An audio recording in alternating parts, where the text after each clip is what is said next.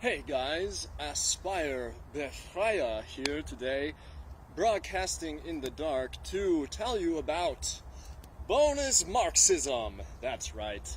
As some of you know, I have a very Marxist professor, if you can call him that.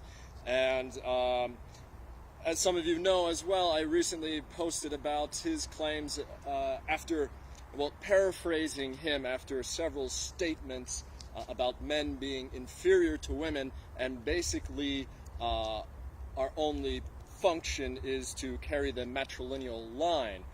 And this wasn't the only thing that he said during my class. And it's like, I'm sorry, I don't know when to whip out the camera to catch him when he's saying such crazy fucking things.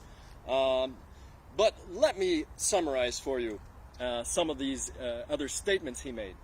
So another one was that we are better off mixing and becoming like mutts. And he said that basically the more opposite your mate is of you genetically, the better off you are, just like a dog.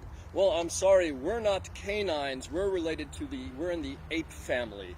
And our genetics does not work like that, just like bears do not work like that. If you have a grizzly bear that mates with a polar bear, its offspring is going to do a lot less and is going to be able, its survival rating is a lot less in the wild.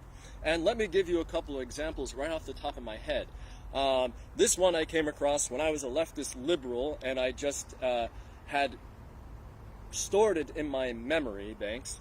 But basically this was a study that showed that Irish mixing with Native Americans had this problem with their teeth, which is called teeth crowding, because they have too many teeth in a small mouth. Now this is just one example, one simple example. I'm sure there's many more for the different mixtures out there. But another thing we need to look at is genetic diseases. Now, if you are African, you are highly susceptible to sickle cell anemia. And one of the places that demonstrates how mixing together doesn't reduce or doesn't make us have a stronger resistance to these kind of genetic diseases is France. And as you know, France is seeing a huge wave of migrants, and to put it nicely. And their cases of sickle cells don't decrease in the amount of time that they've been there. And I mean, you can go back and talk about immigrants who have arrived from Africa 60 years ago and mixed with the population. The half offspring are no more less susceptible to sickle cell anemia than their relatives, than their African relatives. And another thing I want to bring up that he said was that